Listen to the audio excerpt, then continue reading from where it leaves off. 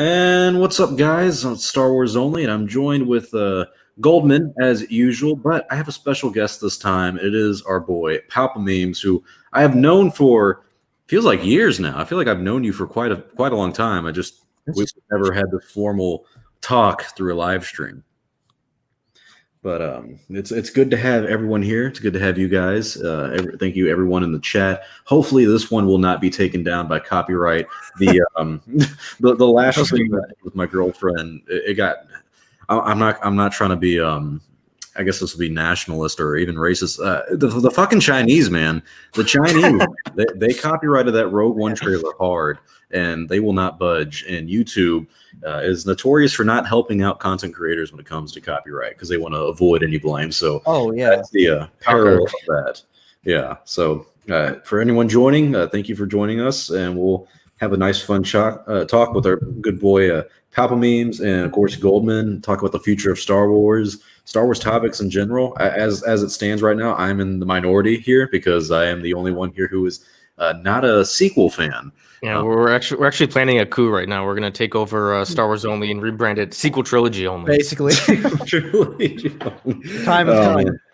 Yeah, are you saying that that you guys are taking over Star Wars Only? And I hired you guys, but you know, it doesn't matter because that's not the narrative we're pushing anymore.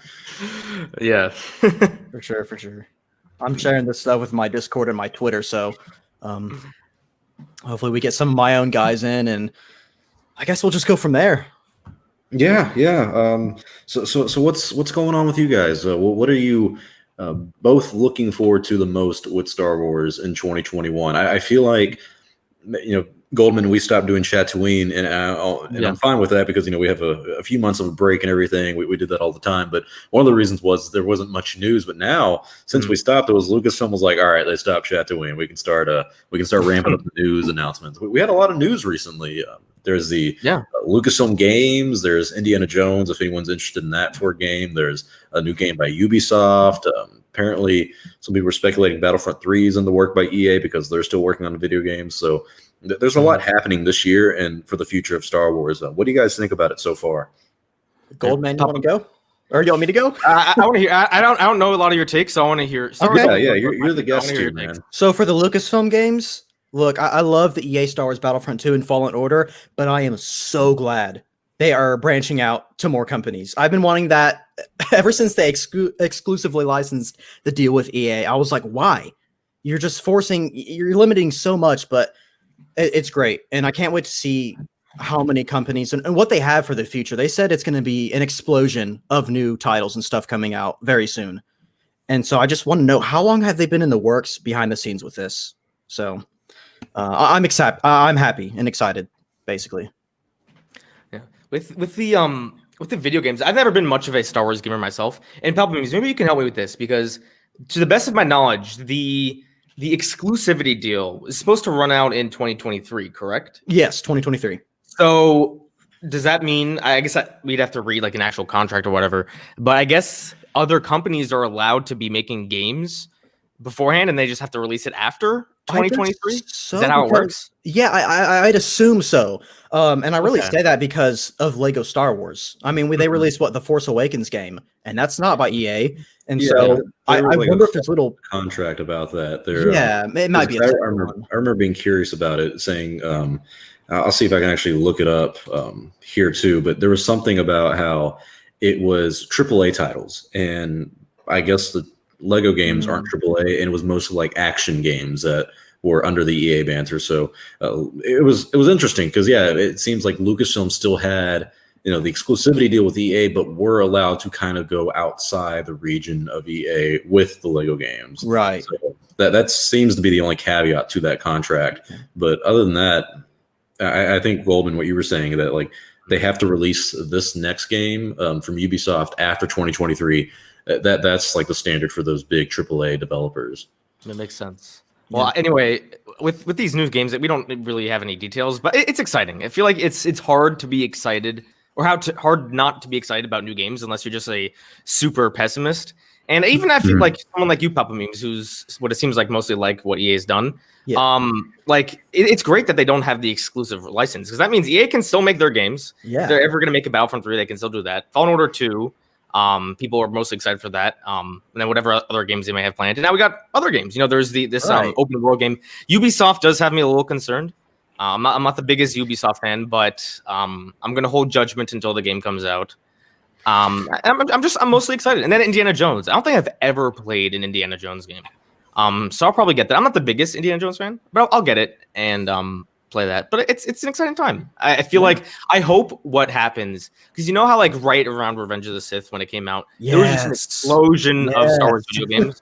Like there's the Revenge of the Sith one, there's the old Lego Star Wars game, like the old Battlefront, Republic Commando, all those come around the same time. I just want that. So like in 15 years, people are talking about, oh, remember like 2024, 2025? We had like 10 Star Wars games. That was so much fun. I want that. And most of them have to be good. So let's hope that's the case. Yeah. Also, competition is something I really need with the EA. With EA is they need competition. You know, they need a reason to work harder and make better games and more games. So. Well, what's crazy is comparing the output of video games compared to LucasArts to EA. I mean, EA's had the deal for, by the time it's over in 2023, it's 10 years, and they put out, I think it would be 5 games at that point, and 2 of them are Battlefront games, 2 of them are Jedi Fallen Order, and then the other one is Star Wars Squadrons, which, you know, if you like Squadrons, great. I thought it was an okay game, but no offense to it, it's also not a fully fledged game in terms of content. And I would say the same for the first Battlefront game. I mean, they were really lacking in the content department compared to some of the LucasArts games that we had of old. But you look at LucasArts over the course of 10 years, and they put out 10 to 15 plus games. And that's because they allowed multiple studios to work on it. What was it, like BioWare, Free Radical, I think was one of them for the original Battlefront games. And I think who was working on the third Battlefront that was canceled? Was that also Free Radical? I'm pretty sure it was also Free Radical. Yeah. Yeah, that one just had a messy development. I mean, and a lot of people have this revisionist history, which I understand looking at LucasArts with nostalgia. It really did have a troubled track record. They had 4 different presidents of LucasArts over the course of 4 years. So that's not great. They had some trouble development with 1313, The Force Unleashed 3, Battlefront 3. A lot of that was partly LucasArts, and part of it was the developers they were working with, but it wasn't perfect, and we can't look at it with rose-colored glasses, but I still think it was a lot better than what we got with EA. I know Palpamemes, you're a big fan of the Battlefront 2 game from EA, but I don't think there's really any of the games that I'm nostalgic for EA, other than maybe Jedi Fallen Order, which I feel like was great because EA didn't get as involved with Respawn as they did the other games. Yeah, for sure. I think with Battlefront 2, I feel like a lot of people just... Sorry, my brother came in. He needed something. Are you good? I apologize. So with Battlefront 2, obviously with the whole loot box situation, that destroyed the game. And Star Wars Online, I don't know the last time you played it, but they got so much content added to it. Like a lot. Yeah, I've played it over the course of 2020, not often. It's improved a lot. For me, it is now worth the $60 that you would buy it for. For sure. But even when I initially played it, and I even still think now, I would argue that Battlefront 2 from 2005 has a lot more to offer. It has a lot more replayability. For me, really, Battlefront 2, the EA one, I play it for about an hour or two. 2 is pushing it for me, but if I play it for about an hour, I'm like, man, it's kind of the same thing. It's just like waves and waves when you do. I'm the same way. It's very repetitive.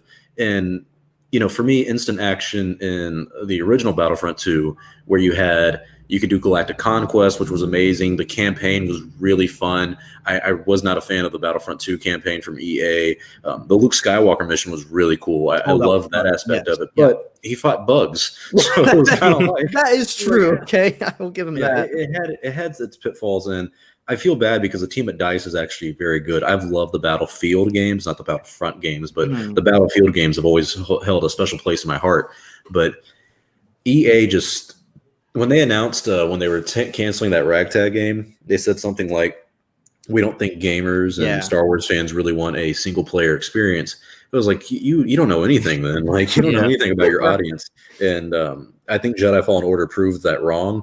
And also what disappoints me is hearing, as of recently, this past week or so, with this new announcement, that we've heard a lot of the games that were canceled by EA, but apparently Lucasfilm was pretty upset with the lack of content that they were putting out, but also there were more games that were in development or just in the works that were canceled and that never saw the light of day, that no one ever reported on. So it seems like EA had a really big opportunity and completely blew it, because I think if they had put out maybe 6 to 8 games, and I know that's a lot, but still, if LucasArts could do it, I imagine they could do it with all their studios. I think if they would have done that, I think we still would have seen EA having the exclusive deal for another 5 years.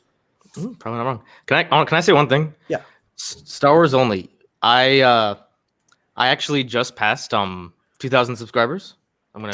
Shit! All right. Congratulations! And so that means both times I've reached a 1,000 subscriber mark, you've been streaming with me. So you're my good luck charm. Because remember, you were with me when I reached 1K. Yeah, that was on your channel too. I remember that.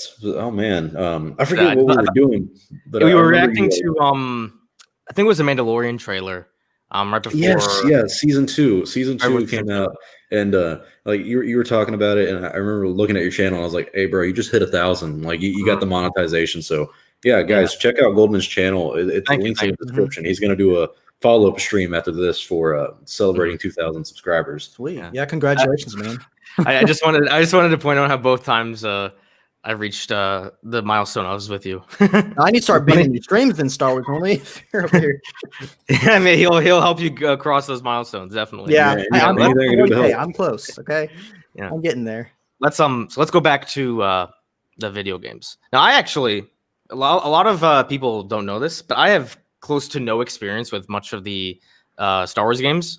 Like for me, so I've played the newer EA ones, all of them. But before that, like I was just never into video gaming that much. I was a lot more of a Nintendo guy, and then I got an Xbox around like Halo 3.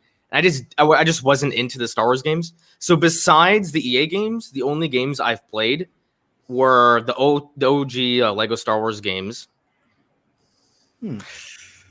I recently played Republic Commando, and that's it. I've never played any other Star Wars games. Yeah, that was a fun game. See, I was in all of them when I was a kid growing up. So from someone who did grow up on those games and had, I mean, from what I remember, nearly every single one of them, anyone I could get on my hands, I got. Even like the Jedi Power Battles for the PlayStation, the Obi-Wan game. That game was really fun. Apparently everyone hated it, but I loved it as a kid. No, my friends and I meme that game a lot because Obi-Wan sounds really funny. Oh my god! That game, I think he's like Basta. I'm warning you. It's like, what? But no, I had a lot of fun. I could never beat it. I had to have my dad beat it for me. But for someone who has a lot of nostalgia for that, I was very disappointed with Battlefront 2015. Same here. And Battlefront 2's launch, of course. I was like, why EA?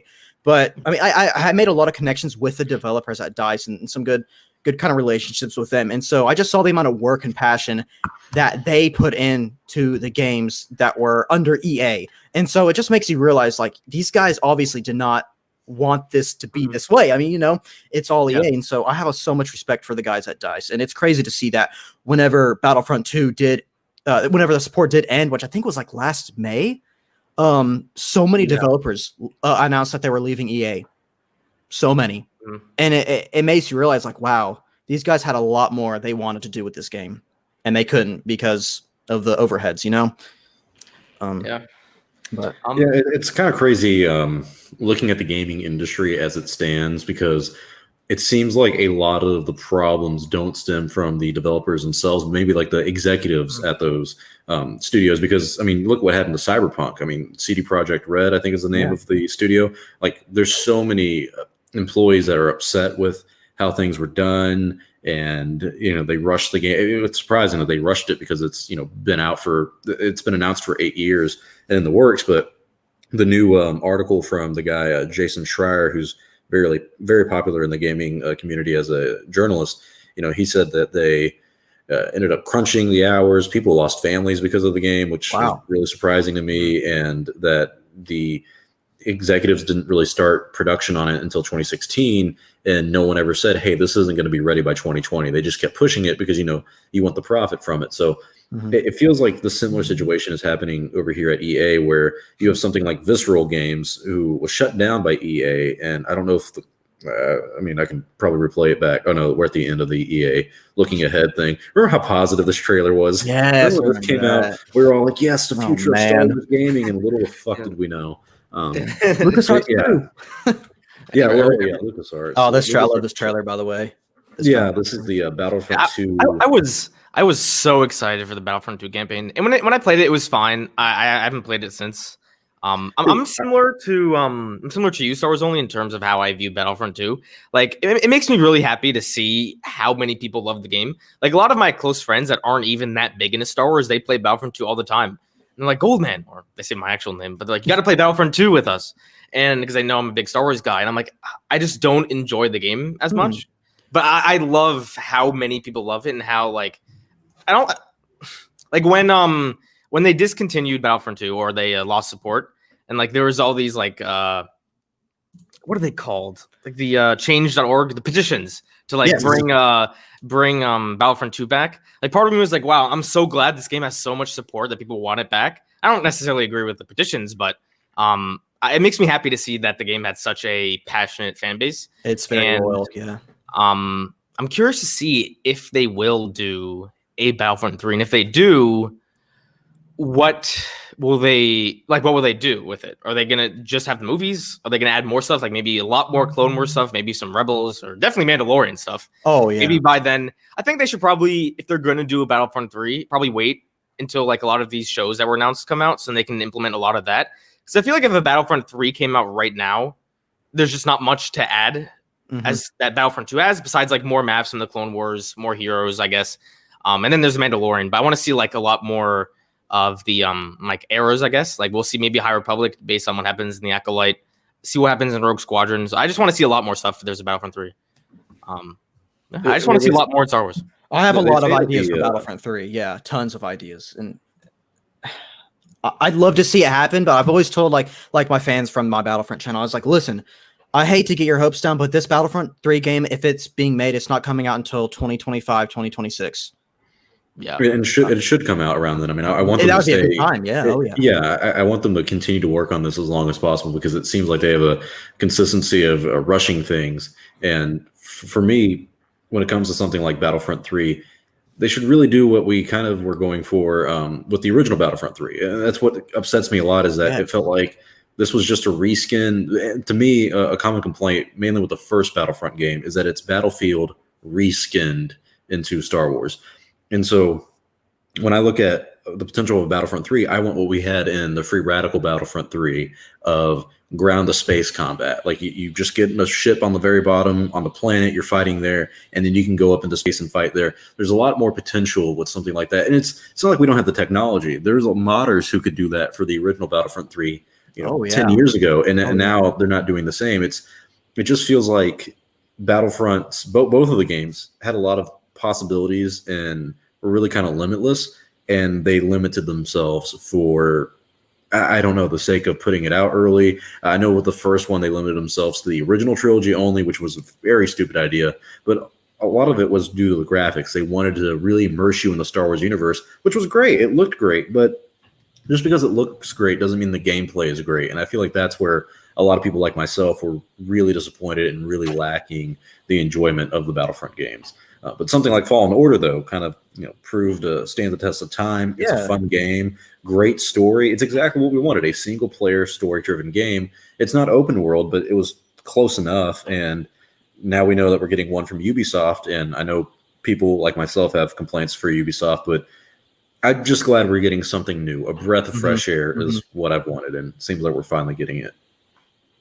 Yeah, especially with that open world Star Wars game. I will say I was told, now, I hate saying this because I have my inside sources, but I have talked to someone the other day who does work at Ubisoft or wherever that company is. And they did tell me what the rumors are on where it's going to be set in. But again, I don't know exactly how true that is. This is just someone I've talked to, so I don't want to be like, Mike Zero and make a million videos on it, but it excites me a lot. He did tell me, he may have already put this up publicly, that it is being planned to be set in the High Republic.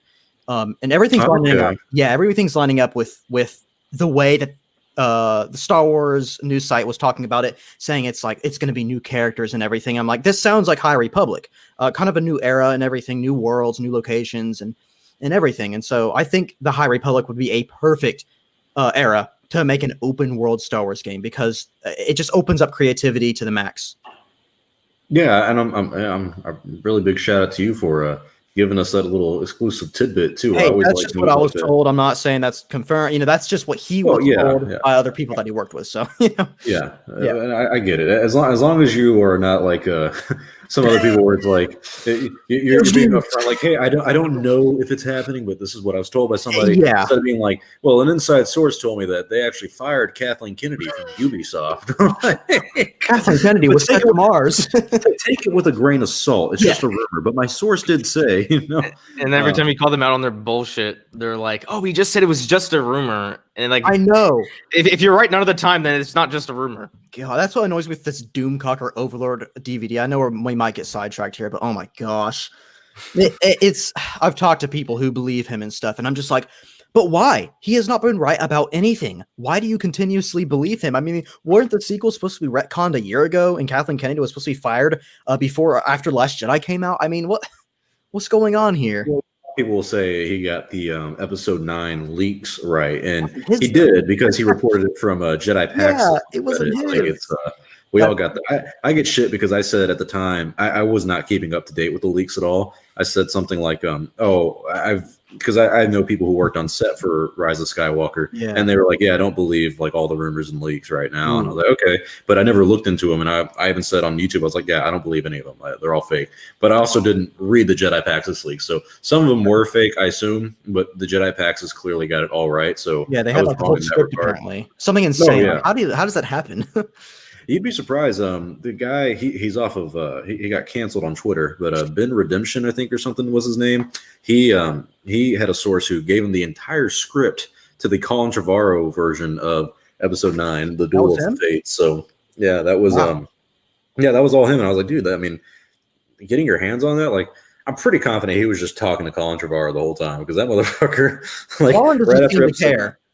I mean, no, Colin, unless he signed a contract, but I mean, they fired him over creative differences. I would love to know what those creative differences were. I had no earthly idea, because I think it was. I loved his script. I'll be honest. I do like Rise of Skywalker more, but I really did enjoy the Duel of the Fate script. But I did feel there was a lack of a lot of character development, at least character development that I agreed with, and just some of the most iconic scenes that will be iconic in 10, 20 years from Rise of Skywalker, you just don't get with Duel of the Fates. Yeah, you got Coruscant, Mortis, and that's great. But I mean, for me, Luke Skywalker and Rise of Skywalker, Han Solo's spirit, in a way, Leia sending that spirit over to him to save their son. I mean, and Ben Redemption, I guess you call it.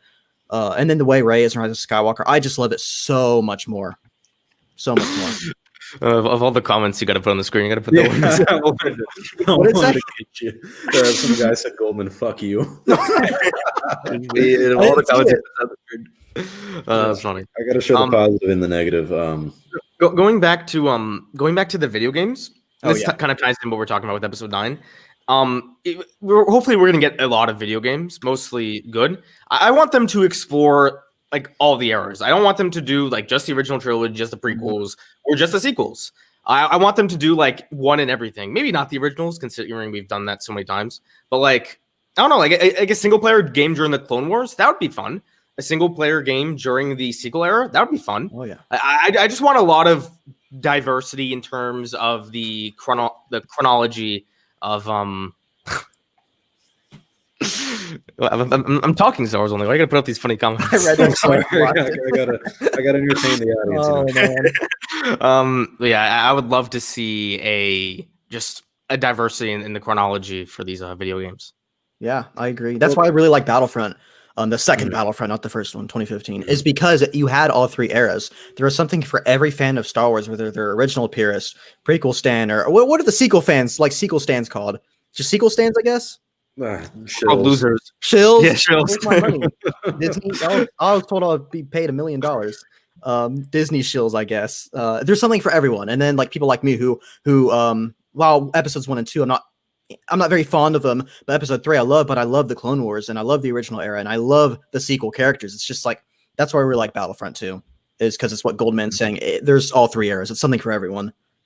Well, it seems like now with these potential new era of video games, we're going to get multiple different eras. I would not be surprised if we get a bounty hunter, scoundrel, open world Star Wars game. If that's the one from Ubisoft, that honestly wouldn't surprise me, since the team who made it made the Divisions 1 and 2, so that seems to be up their alley a little bit. But like you said, Palpamemes, the word on the street is, at least over there at Ubisoft, is that it's going to be High Republic era. So we're hitting that new era, which is really exciting because it's open Western kind of Manifest Destiny style era of there's a lot of open world for the Star Wars galaxy to explore.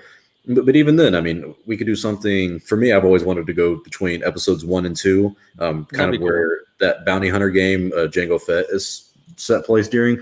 I like that. But we can also do something between episodes 6 and 7. There's that 30-year timeline. There's something we can do with post Rise of Skywalker, the Resistance taking down the last of the First Order, Final Order. Sith Eternal. Sith Eternal, yeah.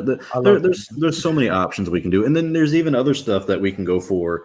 There's the Mandalorian Civil War. There's the time where the Sith were ruling the galaxy. I mean, there's so many possibilities in the video game sphere that could be interesting to explore creatively. And I feel like if we do get that Ubisoft game that is going to be the High Republic era, and we continue to get the books that are in the High Republic, we get the Acolyte, which is going to be set in the High Republic in the final days, then whatever movie we get from Kevin Feige, which I still predict is going to be High Republic, I think that means we're going to get a pretty hyped film from the Star Wars fandom, because we've been kind of marinating in this new era for, by that point, close to 6 to 7 years. Yeah, I agree with you. Goldman, you have anything to say? With the High Republic and just these games, I know I said about like the diversity in the chronology, but I also want like different kinds of games. Like you mentioned, like a bounty hunter, like scoundrel game. I would love that. One thing that I liked about Squadrons is that it was a smaller game, and I'm totally down for them to have, like, obviously you want your AAA titles, but having a few smaller games are like $40. Even if they're just single player games that are maybe 10 hours or something, that would make me very happy. I would love to explore like certain characters. I'm like a Count Dooku game could be pretty interesting, like him between Phantom Menace and Attack of the Clones. Ooh, yeah. I'm not the biggest fan of the character, but I think there is interest with that character that I would be excited for. Maybe something with, I don't know, Moff Gideon. I still don't like the idea of focusing a story around a single character, but stories like that just potentially, they tell their own story, but they flesh out the wider Star Wars universe a little bit more, kind of like what The Mandalorian is doing. It's telling the story of Mando and Baby Yoda, but it's also kind of fleshing out the world building that the sequel trilogy didn't really do with the First Order. The backstory, I guess. Yeah. So I want them to do stuff like that. Just, again, like different eras, different kinds of stories. I would love to see a game that's kind of like Smash Bros, but with just like a bunch of Jedi and Sith. I think that'd be really cool. That'd be interesting. Yeah, like a big Jedi fight arena game. I like that idea. What was Star Wars Connect? We don't talk about that. Don't you ever talk about that? LucasArts, man, I love you guys. Gotta cue the I'm Han Solo song now. Hey, I'm riding solo. God, dude. Those were the days, man. There's some like Star Wars video games I remember from being on like the Nintendo DS that I look back and I'm like, did I play that? Do I remember that? Yeah, on the Game Boy. Oh, dude, the Game Boy was something else. Star Wars games. It was like an Anakin game, an Attack of the Clones, and I loved it. But I remember like watching a video on it or something. I was like, this is terrible. How did I play this? Yeah, I think I played the episode 3 on, I think, Game Boy or maybe Nintendo DS. I really can't remember because it's been 15 plus years by this point. And it was fun at the time. But looking back, I'm like, was it though? Yeah, well, you're a kid, so it's easier. Well, that's how I look at the prequels. I always say that I grew up with the prequels, but I also grew out of the prequels because, that just they don't work for me. But yeah, a lot of fans are still stuck with that. But I mean, there's a lot of options, and I feel like the prequel era is a great era to have a video game set in. Absolutely. Because there's so much to do, and that's one of the reasons I said between episodes 2 or yeah, episodes 1 and 2, because it's still during that time of peace, but there's stuff going on behind the scenes to set up the Clone Wars that could be very interesting. That's one of the reasons I love that Bounty Hunter game, is because it's not open world really, but it is semi, like it feels like exploratory. I remember going around Coruscant and just feeling really cool. And I love that. I mean, Coruscant's a great city. That's one of the reasons a lot of us wanted to see 1313, is because it's a city planet, and it's just deeper into the core you go, the worse this kind of setting is. Right. So there's so many things we can do. And of course, I would love to go back to what we're seeing right now, the war between the Jedi and the Sith. This is the Old Republic SWTOR. And I know this game got a lot of shit initially, but I think it's aged well, and I actually love this game. When I play it, I have a really good time. I hope to build a PC this year so I could do Let's Plays and live streams of this game, because it's so fun. And the cinematic trailers that we had for it are arguably better than some of the films, some of the episodes of Clone Wars, Rebels, Resistance. Animate, yeah. The CG looks great. It's great. It looks beautiful. Holocron says your opinion on Star Wars Bounty Hunter. Loved it. Probably 8.5 or 9 out of 10. Goldman, Palpamemes, you guys ever played that game? Nope.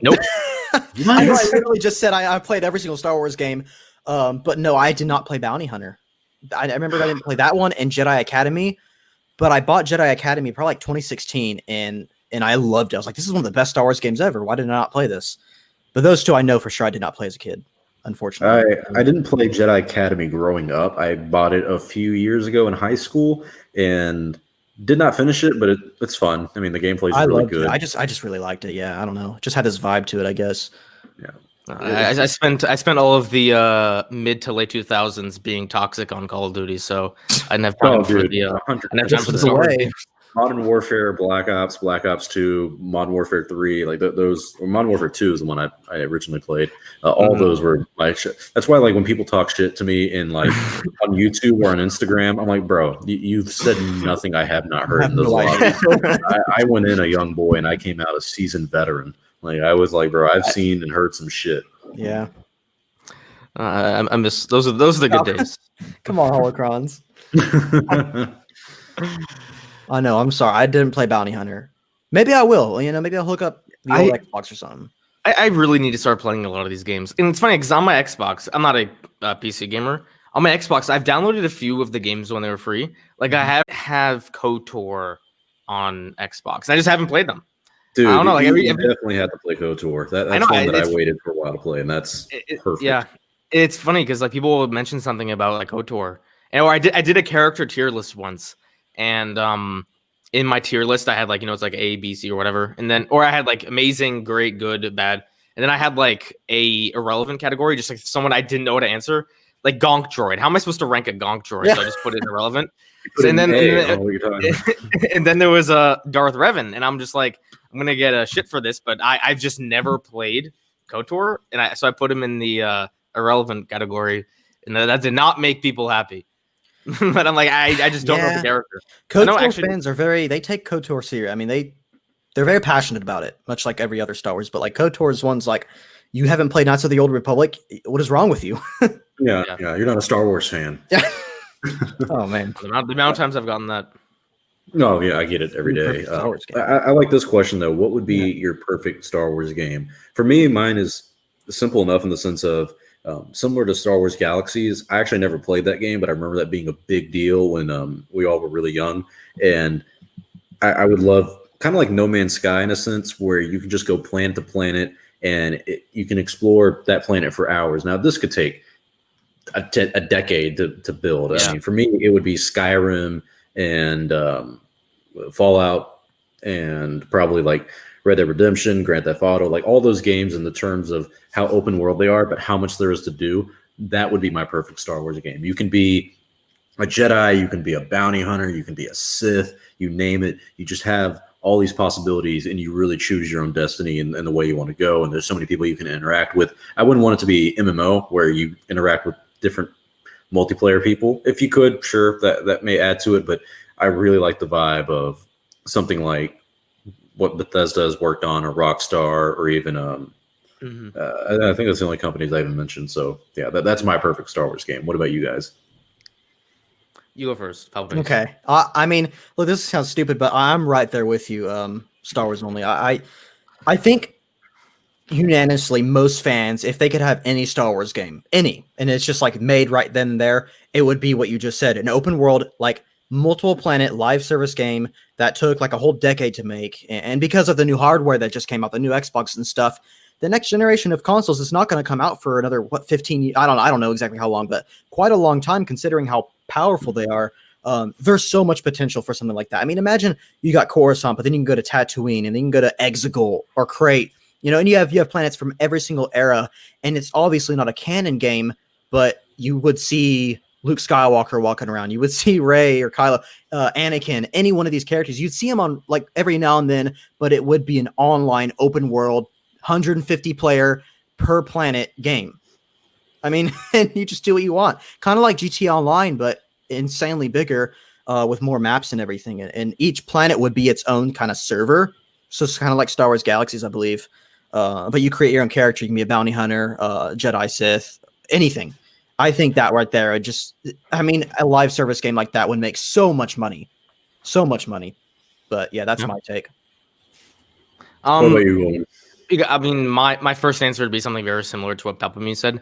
But to give a different perspective, I would love a game that's something that's super competitive. Because one of my favorite games right now, which is super toxic, is Rainbow Six Siege. God, I hate and love that game so much. But I just love, going up with a squad of friends and just trying really hard, something super strategic, and play a game like that. I would love something like that Star Wars related. Because those are the games that I get the most invested in. Like Battlefront 2, if it had a competitive aspect to it, like, I don't know, there was like esports for it, and I could like have a squad. We had to actually like strategically plan something. Something like Squadrons kind of attempted that, but didn't really work out, I guess, mostly because none of my friends got Squadrons, so I didn't have anyone to play with.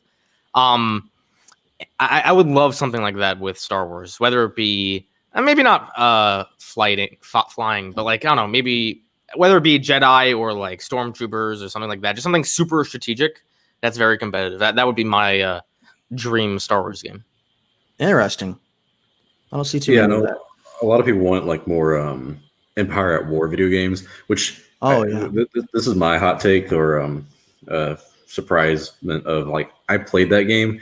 I didn't like it, man. I couldn't get into it past an hour. It was very confusing for me, and it looks fun and all, but maybe I'm just too stupid or didn't give it enough dedication.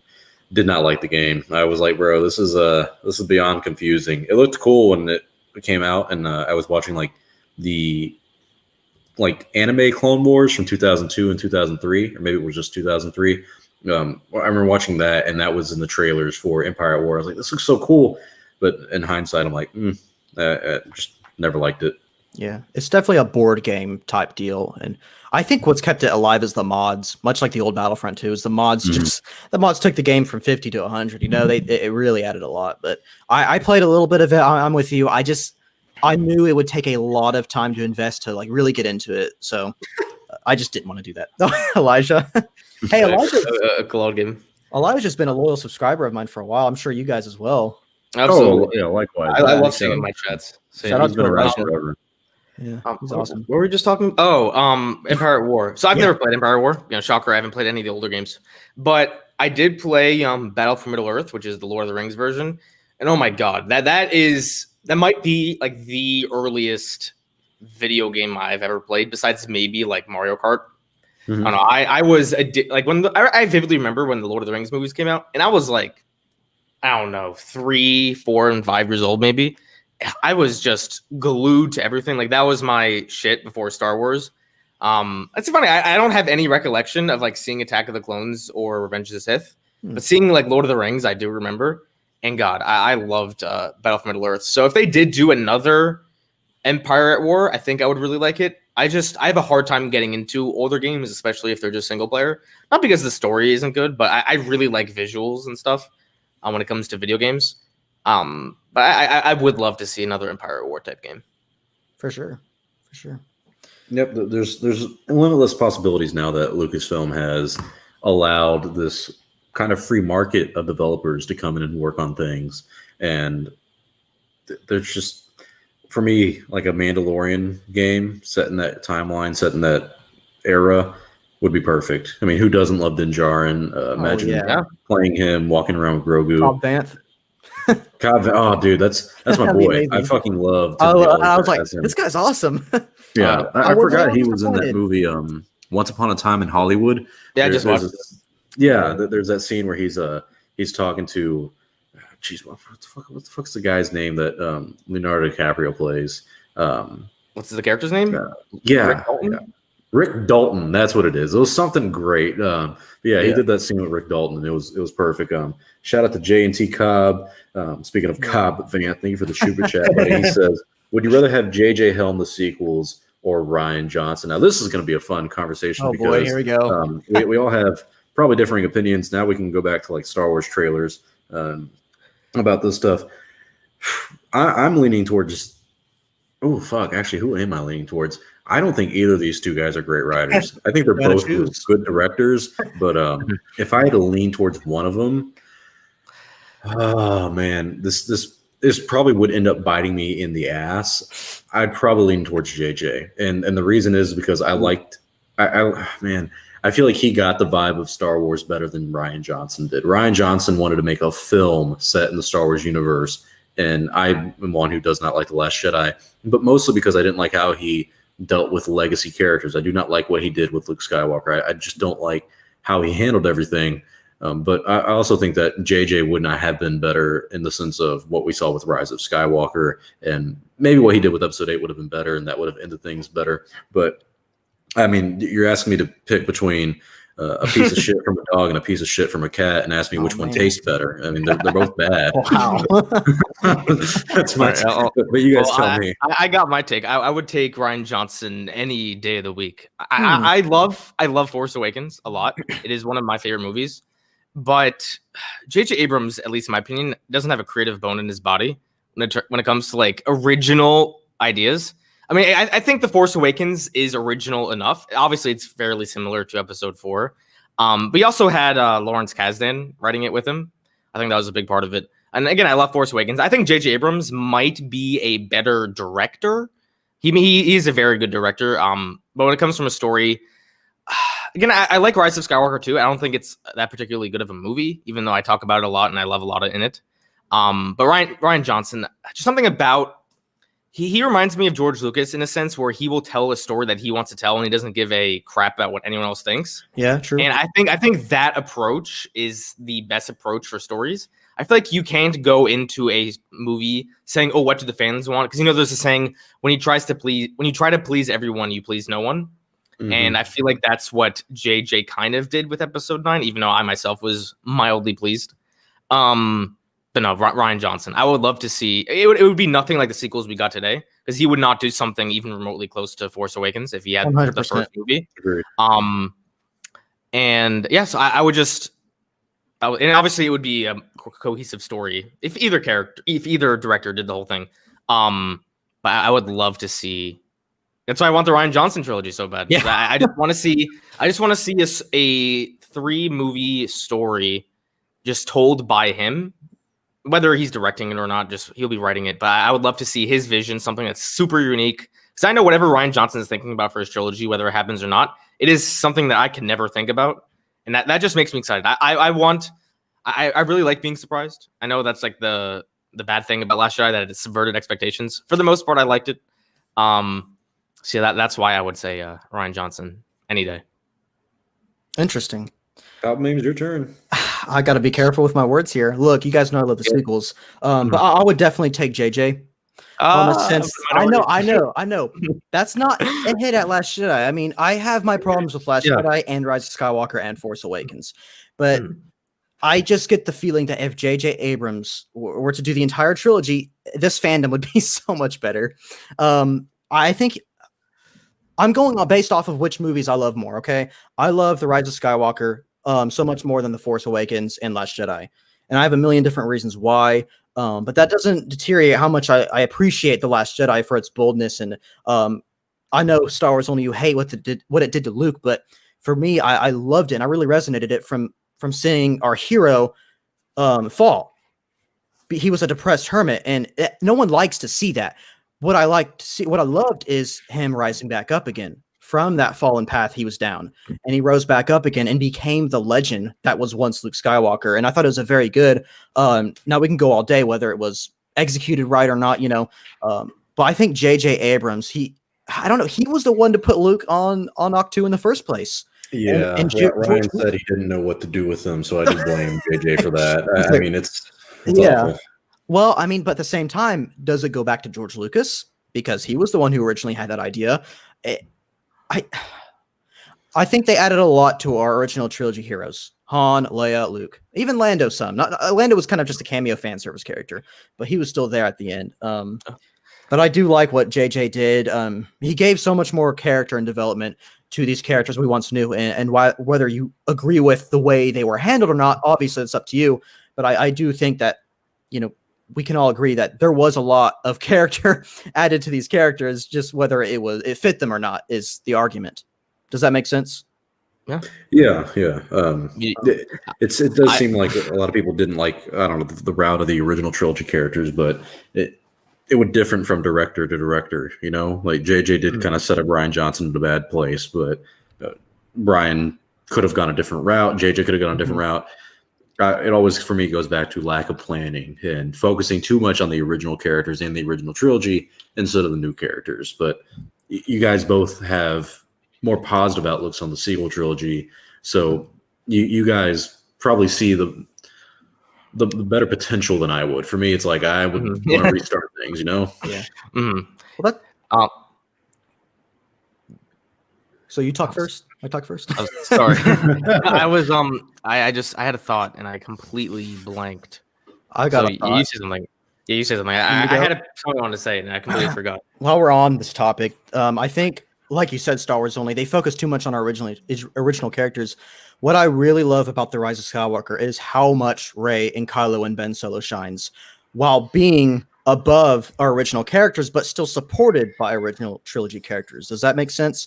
And I just think the way JJ went about it was really well done, really well executed, making Luke that hero that Rey originally tried to seek in Last Jedi. Han Solo's what exactly was that? I know that was Leia sending. Is it a Force vision? I guess you can consider of Han Solo, because Leia. I didn't know that's what it was. I thought he was just tripping. Took too many death sticks.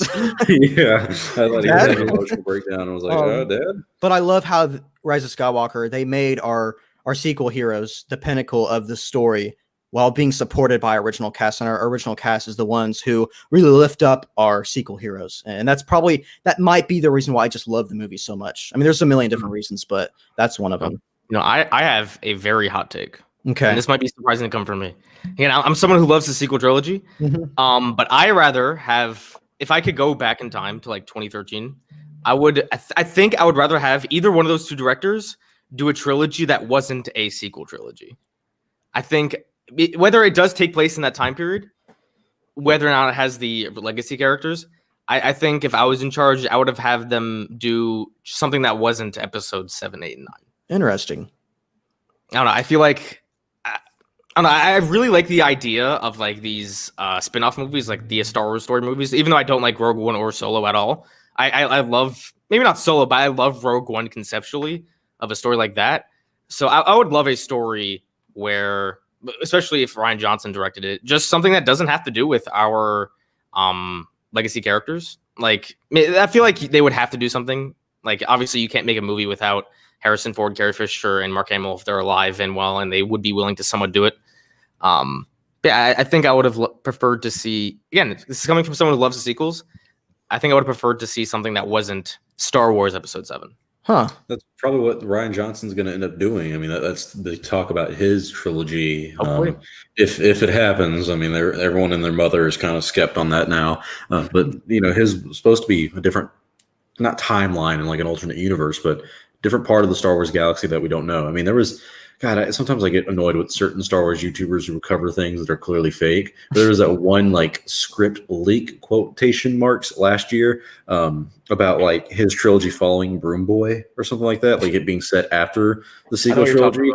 I'm like, bro, I think it was We Got This Covered. They were reporting that. Of course they were. They've never gotten something right ever. No, they haven't. Nothing exclusive, at least, or most of their sources are just other idiots on YouTube. And so it seems like Rian Johnson, for me, it would be a ideal director to direct. I'm not going to say write. I don't think he's a good writer. To direct a movie in the Star Wars universe that does not pertain our original characters, that does not follow the Skywalker saga. Because, I mean, for me, when it comes to The Last Jedi, it's not like I don't like Luke's character arc for a certain character. I just don't like it for Luke, and I've always equated it to Frodo, where it's like I saw Frodo fall to kind of evil at the end. Not even evil, but him just slowly get corrupted by the ring. I didn't get to see that with Luke. Luke just kind of instantly was like, nah, I'm going to kill Ben Solo and all this stuff. I wanted to see that stuff. So Ryan was kind of written to a corner and limited creatively in that aspect. And so I would not mind him having his own trilogy to explore what he would want to do with the Star Wars realm. And it's really weird to think about where Star Wars is now compared to back in 2015 or even 2016, 2017, because 2017, right before The Last Jedi came out, it was, hey, you're getting a trilogy from the guys who made the Game of Thrones show, and you're getting a trilogy from Rian Johnson. Oh. And neither of these are from the Skywalker saga. So it felt like we had a lot to go for. And now both of those kind of seem, well, one's completely gone, but the other one's kind of like in limbo. It's like, are we going to get the Rian Johnson trilogy? Are we not? I still think we are. I know I'm the minority here. I just want to be a dick and prove everyone right. And I also want to see the fans' reactions when it happens, because then it's going to be like, so, Kathleen Kennedy wasn't canceled or Rian Johnson didn't get fired. And like just the narratives that will be made up when that happens. It'd be funny, yeah, to see all these YouTubers get. I mean, they've already been proven wrong. I mean, every single time Ryan's been asked about his trilogy, he says, "Yeah, it's still in the works." And then Kathleen getting fired and stuff. And then Dave Filoni hates Kathleen Kennedy in the sequels. It's like, no, I made a video on this. Dave Filoni numerous amounts of times has talked very positively about the sequels and specifically about Kathleen Kennedy and how appreciative he is of her. But that's because he was paid. Yeah, bro. he was paid. And then even Mark Hamill. I know Mark Hamill is so. I don't even know what his true thoughts are on Last Jedi, because he did come out and say, "Look, I was wrong about what I saw this character as before I saw the movie." And then he even came out later and said, "Look, guys, I was not paid to say this. These are my true thoughts." But then he still takes hits every now and then. So I don't know. At The Last Jedi, I think he's conflicted. Yeah. I think for him, he's like, I still think he disagrees with the character arc, but I think when he watches The Last Jedi now, he's like, I can see what Ryan was going for, and I see how it works in the story. For me, I still, I'm the biggest fan of Lucas, but also his biggest critic. I still would like to see his Star Wars sequels, and I really wish they would have adapted that into story for the sequel trilogy. But when you're a corporation like Disney and you buy Star Wars, you want to get them out as fast as possible. And that's the entire reason they didn't continue with the story. They just couldn't get the scripts working for that. And so there's so many alternate timelines that we can go with the sequels and just in general. I mean, what the prequels were good, like, prequels are done. I mean, hey. Yeah, they probably would never have sold Star Wars to Disney if the prequels were really well received and they kept going with everything. But who knows? Go ahead. I have nothing to say.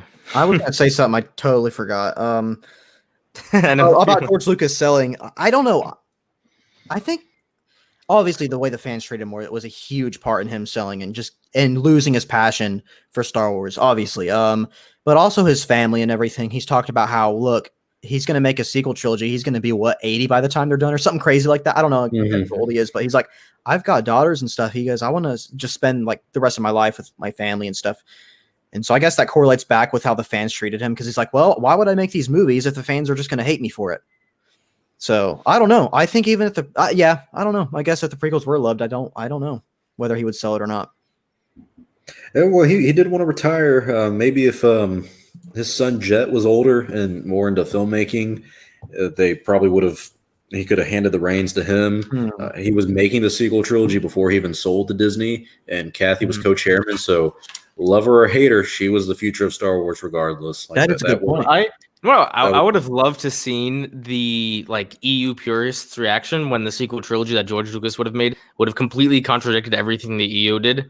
And would he have rebooted the canon? Because at that point, if they don't reboot the canon and there's big contradictions like that, that was kind of what Clone Wars did with the show. Then they would probably hate George Lucas passionately. Well, Dave Filoni, they hated Dave Filoni and George with the Clone Wars because it didn't follow the EU, and so this weird narrative from expanded universe fans that like, oh, the expanded universe was always canon. It was never canon. It was never. It was never. Every George Lucas interview ever, he was like, they have the books and I got my movies and there's What the my hell is movies this? and then there's books. Yeah, he did not give two shits about the expanded universe, and that's fine. I mean, it's his universe. He can do whatever the hell he wants. Yeah. No, he seems very stubborn about the EU. I mean, you remember that video about him kicking that guy out of the script writing? He's like, "Get the hell out of here!" It's like, not great. Mary Jane. Out of here. Mm-hmm. I think I did hear though back in the day. I'll just say something. Let me get to the question. That before the prequels came out, George Lucas had a rule when it came to the books. He's like, he can tell stories, but you cannot address anything that happened before Episode 4. Like that was his rule. So then when he made the prequels, he wouldn't be contradicting anything. Yeah. But then if you were to make his sequels, at that point you have to contradict. Unless I just cannot picture George Lucas catering to the continuity of the books for his trilogy. He would say screw that immediately. He would use it for advisement maybe and use certain characters. I mean, he did that a little bit with the prequels. I mean, the 501st, that's directly from the charity organization. I don't think that was from, the clone platoon and group that they had from the prequels. I think he literally just used that group of people as a name for the clones that we had because they did such good work. So he would use it as inspiration, but he definitely did not adhere to the expanded universe anyway. Yeah. But in some situations, he used it to explain weird things, like the scar on Anakin's eye. He said something like, well, if you want to know where that came from, you'll have to read this book or something like that. But it was an expanded universe book, but of course it's not canon. So it's kind of like, meh, it's always up in the air. I remember I don't know if this came from like a movie review impersonating George Lucas or if it was an actual George Lucas interview, but it was like, hey, where'd the scar come from on Anakin? And George Lucas was like, oh, he fell in the bathtub. I don't know if that was actually George Lucas or if it was like he's a troll. I think it was from George Lucas. I can't remember though, so long ago. But I remember now, like that's George Lucas. Someone interviewed him, and there's definitely a video on it about like the Trade Federation for the Phantom Menace on like why they're blocking it and like what they're doing. And he's like, well, I don't know. It's just they needed to be there. Yeah, they needed to be there for the plot. Yeah. I like this question from the Holograms archive. He says, do you guys think Disney has done better with Star Wars in the past years, or have they went more downhill?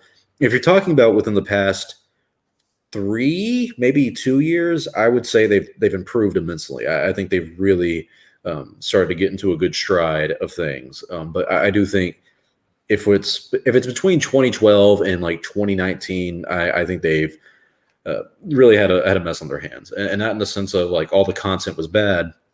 I've always made the argument that it was rushed, and they didn't have a proper planning for it. They truly did focus on making the money back on the big purchase, which is fine. I understand you have to do that. But when it comes to something like Star Wars, which is very delicate to a lot of us fans, you have to treat it right, and like for me, Galaxy's Edge, I love going to Galaxy's Edge, but it's stupid in the sense of you're on Batuu, you're adhering to the canon. It takes place after Episode 8, but Kylo Ren still has this helmet on the Finalizer and Rise of Resistance, so it kind of breaks canon in that sense. It's set in this era that no one's really nostalgic for, no one really wanted to be set in. I think if they would have said it in the prequels, I would have been a little bit more forgiving, but I also would have been like, this is also a stupid era to set it in. Like, what? Why? What? Put it there in the original trilogy where you have a bunch of stormtroopers walking around. Because when I go to Walmart, when I go to Target, what do I see on the Lego boxes, the waffles, and all that stuff? Like just generic stuff. I see Darth Vader. I see stormtroopers. I don't see, Anakin from Episode 1 or Episodes 2 or 3. I don't see any of that stuff. Casual audiences, stuff like that. I think what they should have done, and I don't remember where I saw this, but I think adhering to like the canon for a theme park was a little silly. I think what they should have done is have like different sections of the park, like each, like there'll be like 8 sections to the park, let's say, and each section would be like a different planet, and you'd have planets from all the eras.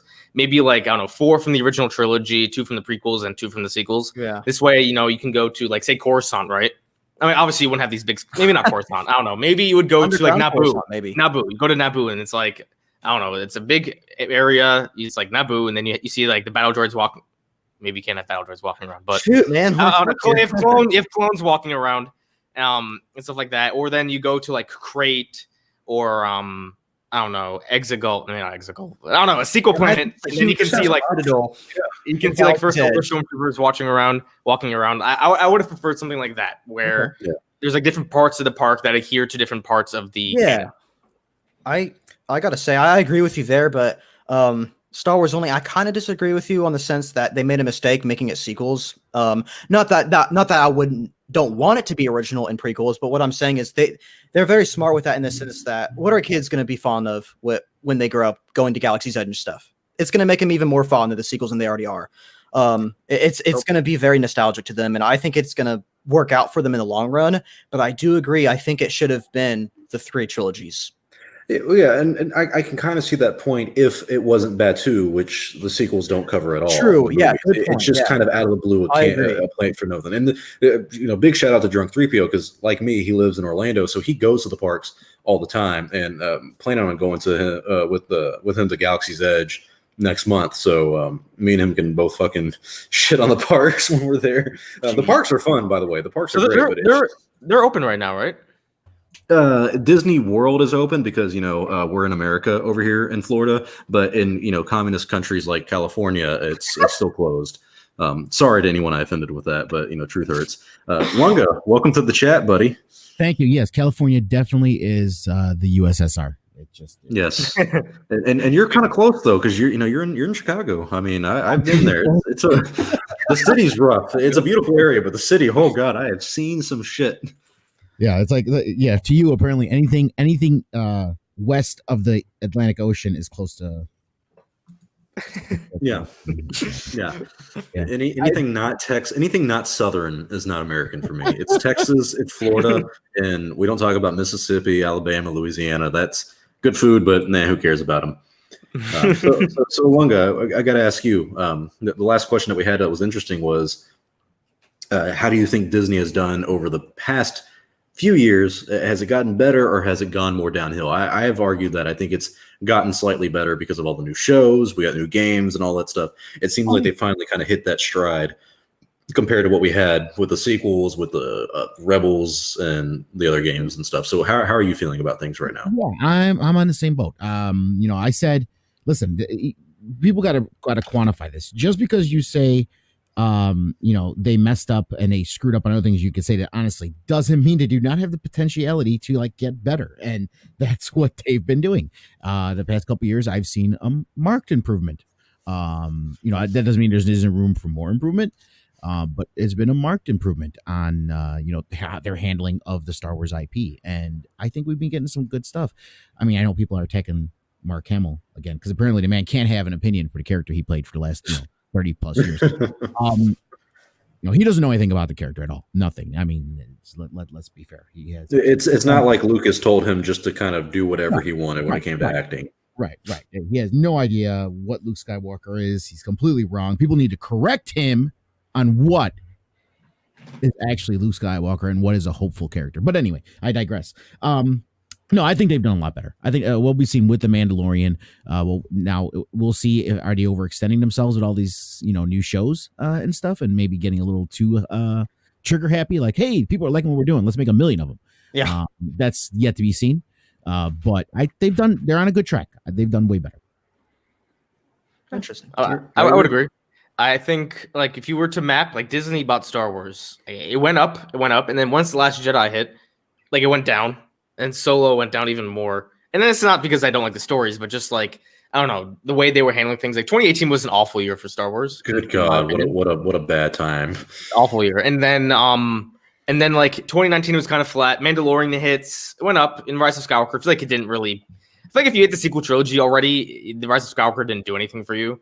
It didn't do anything. Oh, I like the movie, so it was fine. And then 2020 was a pretty good year. And it went up even more. So I think they've definitely done a significantly better job in the past, I would say, year and a half since Mandalorian started. Has been Disney's done fairly well. I hope it continues. My mic is lower than everyone else. Does it sound low to you guys? It's low in the EQ, yeah. Yeah, a little bit, yeah. It's so odd because I have everything max. There should be no reason why it's low here. It's very thick. Is that a little bit better? Yeah, it's boosted a little bit better. Okay. Yeah, no, we can hear you loud and clear. It's kind of like it's basically Tatooine now with Palpamemes. Yeah, there we go. Works for me. Yeah, no, we love doing Tatooine. Hopefully, get things started. Not long ago, I was telling Goldman that it's kind of ironic that we stopped doing Tatooine for a little bit because I wanted to revamp everything, but also there's not a lot of news to talk about, not much content. And the second we stopped, Lucasfilm's like, all right, we got new games, we got all this new content and stuff coming out. Like, it's ridiculous. Once they announce even more things in like the next month, they're like, we're redoing the sequel trilogy. Oh man, I'd love to talk about that. If you guys the internet, and then the internet just explodes. Probably would. Can we bring up the fact that it almost seems like, as far as from a Star Wars fan's perspective, 2020, even with everything going on, it's just a better year than 2018. Yeah, I make a video every year about what Star Wars, like what year that was like for Star Wars, and 2020 was a really good year. What did we have? We had the Mandalorian, we had Star Wars Squadrons, we had Clone Wars Lego Holiday 7. Special. Yes, Lego Holiday Special. God forbid I forget that. It was a good year, and so it does feel like things have improved for Star Wars in the terms of content, and we have a lot more to look forward to. 2021, we're going to get what is it? We're going to get Boba Fett, the Book of Boba Fett at the end of the year. We're going to get Star Wars Visions. The Bad Batch is coming out in spring. Lego Star Wars: The Complete Saga is coming out in spring, and I think that's it. Oh, well, we also have the High Republic, and I've enjoyed that so far. I don't know about you guys. It's pretty cool. I've been reading it too, or listening, I should say. I've been doing Audible. I'm on chapter like 28-ish, I think. God damn. Well, it's Audible, so it goes. Well, are you reading or you got Audible? Yeah, I'm reading, but like it makes me want to do Audible now because I feel like I forget the stories more if I do Audible listening to it. I remember things better when I read it. As a person who loves books and loves paper and have always wanted to hold a book and have always been a reader and I write, this was a big leap for me to try Audible. It was just a time saver thing for me, basically. With everything that I've been doing, it's just like I don't have time to sit down and read a book, whereas I can listen to something while I'm doing other things. It took a little bit getting used to it, and I do notice that when I'm reading, I catch more detail than when I'm listening. When I'm listening, sometimes I find myself going backwards because it's like I like maybe my ADHD takes me somewhere else for a second, and I miss what they said. Whereas if I'm reading, I'm forced to look at the words on the page and pay attention. So that's the only big difference. But yeah, it's going pretty good as far as listening to it, and I'm really, I gotta say, I'm kind of the voices I don't like. This guy's a big voice actor, I guess, who's been doing Audible books. Mark Thompson. Yeah, yes, him. Yeah. I can't stand him, man. I can't stand him. I can't stand his voices. I hate him. Wow. I know, and he's done like every freaking audiobook for Star Wars for how many years now? I hate his voice. I just don't like his voices. I don't. Now, with that being said, I really like the Nihil or the Nihil because they pronounce them differently a few times. But the Nihil seemed like a real intriguing villain for me. I like the way they're working them. I agree. I do like the Nile a little bit more. There's a part of it I think you've gotten to. I haven't gotten to it yet in the book, but I know is in it where like the leader of the Nile. How do you pronounce his name? Is it Marchion Ro? Marchion Ro.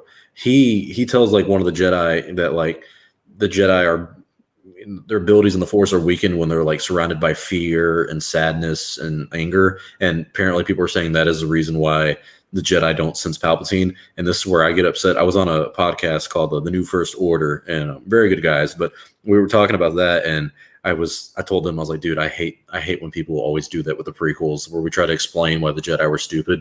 Like, just let it be bad writing by George Lucas. We don't have to excuse everything. But the High Republic I like a lot. I agree with you. Mark Thompson's voices are also kind of odd. I listened to him recently with the Thrawn Ascendancy book, the first one, and the children are called Skywalkers because they can use the Force a little bit. And he does like the young girl voice who's like 9. He's like, I don't want to go today. I cringe every time. I was like, Mark, you don't have to do this, buddy. I want to like of our Chris. I do. I like, from what I've seen of her dialogue and how she acts, I like the character. The way he voices her makes me hate this woman. It's his voice. It's not her. It's not what she's saying. It's not what she's doing. His voice makes her sound so pretentious, and so it's just like, stop. That matters, yeah. I like her as a character. Palpamemes, Goldman, have either of you Yeah. been? Goldman, I know you just got Light of the Jedi. Have you been reading it at all?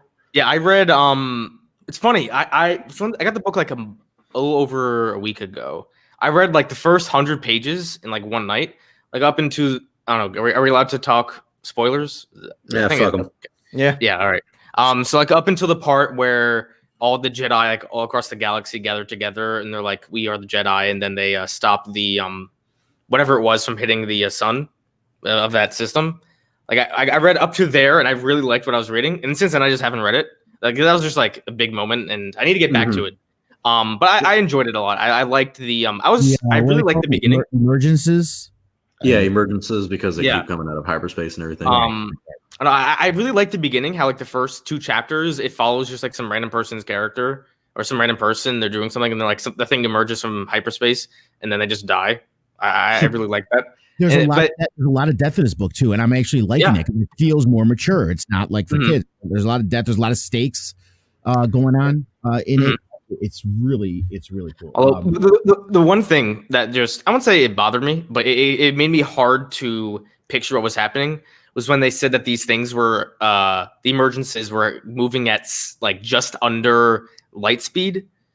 Like I don't know how to picture that. I feel like if something's moving just under light speed, you can't just shoot it. Like it's moving pretty fast. I don't know. So I feel like that's my one biggest complaint. I like the characters so far, but I can't picture something moving at just under light speed. They're just going. That ties in with the targeting systems in the computers. They're the ones that can catch it going that fast. Still, it was a little weird. Yeah, it's one of those typical Star Wars things that George Lucas would say, "Man, don't think about it," you know. Yeah. Not wrong. Have you read it yet? What do you think about? Not yet. I plan on that. So I just haven't had time. But I mean, I don't personally care for spoilers because it's whatever. But from the things I've seen and read about it, which is not a lot, but from like, basically all the comics and stuff, I really like this era. And like we were talking about games earlier, I really hope this open world game is in the High Republic. But no, I have not read it yet. I definitely recommend you should. It's good. Roden Greatstorm is my favorite. That guy, I love that character. Yes, the Twi'lek with the gold lightsaber or yellow, whatever. He is my favorite as well. The way he teaches his student Bell, I think is the name. I don't know how to say the last name, but Bell is. I really like the dynamic between them. Yeah, the characters are very interesting. It always baffled me. Okay, I'm not gonna say it baffled me. It always kind of perplexes me now looking at people who say the High Republic is SJW propaganda, because I'm like, honestly, none of the characters are like, if it was like some girl who had blue hair and was like, yeah, I'm gender neutral and I'm going to take down capitalism, I'd be like, I know capitalism was a thing in freaking Star Wars. Like, if it was something like that, about okay, that's SJW shit. But I haven't gotten that at all. Just by reading the book. Can we get into something? Because I'm noticing something here. Again, I'm sorry if there's spoilers, guys. If you guys don't want to know anything about it, turn away now. This is not a huge spoiler, but it's still leading into some kind of plot points. Have you gotten far enough to notice the Avar Chris and what's the other dude's name? Her best friend, Elzar. Yeah, Elzar. Have you noticed the budding like romance with them? How they really can't like each other? I've only had one scene with them, and that's where they were interviewing the San Tekka people, and she was kind of like they were talking about their past a little bit and all that. So I got a hint of that, but I haven't gotten further with it. So they are. It was there. But they're talking about. She says something in the point where she wouldn't mind like spending the rest of her life with him, which is like I'm wondering. Is this kind of like a Council of Nicaea thing, like what we saw with the Bible and how things changed for clergy and stuff? Was there a time in this High Republic time where it was okay for Jedi to have interpersonal relationships? And something that happens in this High Republic era is what made them say, and Yoda, because he was around, say, you know what, no, screw this. We can't have a relationship. No, it messes stuff up. No more relationships. I didn't think about that. That's actually pretty cool. I don't know what this comment's about.